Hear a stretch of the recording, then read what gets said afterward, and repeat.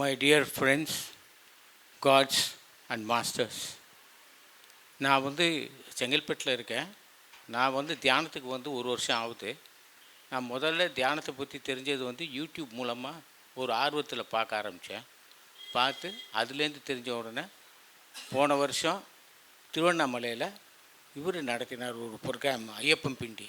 அங்கே போய் அந்த ப்ரோக்ராமை அட்டன் பண்ணேன். அதில் தான் பாலாஜி மாஸ்டர் எனக்கு அறிமுகமானார். அதிலேருந்து நான் அவர் சொன்ன வழிபடி சரிவர நான் கடைப்பிடிச்சி நாள் மட்டும் நான் வந்துகிட்ருக்கேன். என்னுடைய ஊரில் நான் பல பேருக்கு நான் தியானத்தை பற்றி எடுத்துரைச்சேன். அதில் ஒருத்தவங்க சித்ரா அப்படிங்கிறவங்க ஒரு லேடி இப்போ என்னோடய தியானத்தில் அவங்க ஒரு நல்லபடியாக ஈடுபட்டு வீட்டில் கரெக்டாக பண்ணிக்கிட்டு வந்துக்கிட்டு இருக்காங்க. அது தவிர்த்து செங்கல்பட்டில் எனக்கு வாய்ப்பு கிடச்சிது. சொர்ண பூமிங்கிற இடத்துக்கு போயிருந்தேன் தியானத்துக்கு. அங்கே செங்கல்பட்டில் இருந்தவங்க எல்லோரும் வந்திருந்தாங்க. ஒரு 5-6 பேர் செங்கல்பட்டில் இருக்காங்கங்கிறதையும் என்னால் அறிய முடிஞ்சது. தியானத்தில் எனக்கு ரொம்ப எக்ஸ்பீரியன்ஸ்லாம் கிடையாது. மற்ற மாதிரி ஆஸ்ட்ரோ ட்ராவல் இருக்குது இதெல்லாம். எனக்கு கிடச்சது மன நிம்மதி. நான் மன நிம்மதியை தான் தேடிட்டு இருந்தேன்.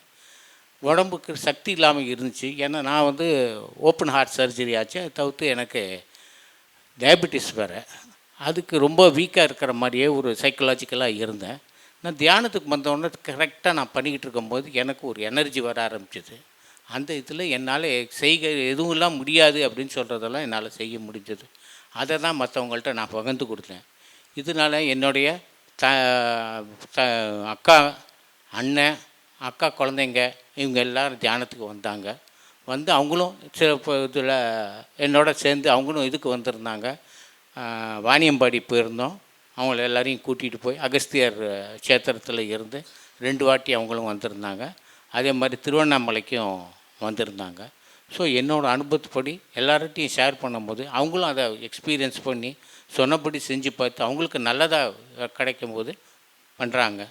நான் இப்போ அதை தவிர்த்து இவர் பாலாஜி சார் நடத்துகிற அந்த தியான வகுப்புகளும் நான் அட்டன் பண்ணுறேன். முடிஞ்ச மட்டும் என்னால் முடியாத நாள் அன்றைக்கி நான் விட்டுடுறேன்.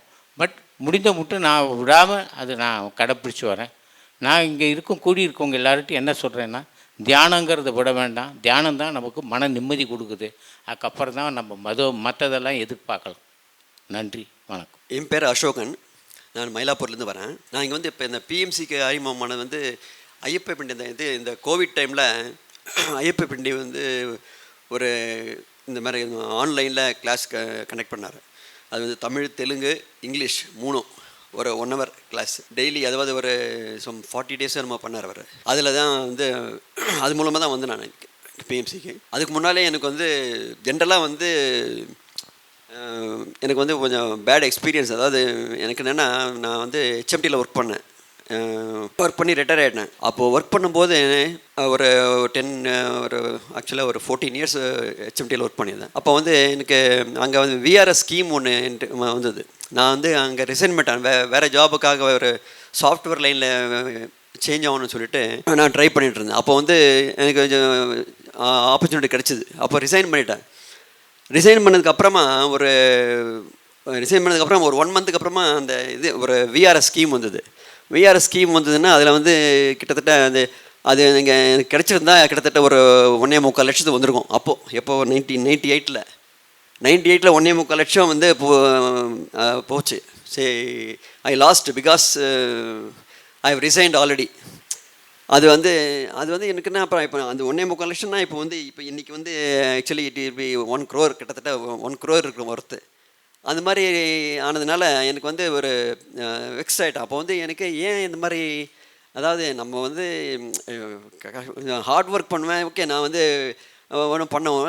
நமக்கு ஏன் இது கிடைக்கல, அது ஏன் நமக்கு இப்படி ஒரு லாஸு அப்படின்ட்டு எனக்கு என்ன தோணுச்சுன்னா, அப்போ எந்த ஜென்மத்தில் என்ன பாவம் பண்ணமோ அப்படின்ட்டு இப்படி இப்போ வாட்சுது நமக்கு அப்படின்ட்டு கஷ்டமாக இருந்தது. அப்போ தான் நினச்சிட்டேன். அப்போ தான் சரி, என்ன இந்த பாவங்கன்னா ஒரு தேடுதல் ஆரம்பித்தது. சம்திங் ராங் அப்படின்ற மாதிரி அந்த கர்மா அப்படின்றதெல்லாம் திங்கிங் வந்தது எனக்கு. சரி அப்படின்ட்டு அப்போ தான் மெடிடேஷன்லாம் பண்ண ஆரம்பித்தேன். அப்போ போயிட்டுருந்தேன். அதுக்கப்புறமா இப்போ வந்து மெடிடேஷன்லாம் வேறு மெடிடேஷன்லாம் பண்ணியிருக்கேன்.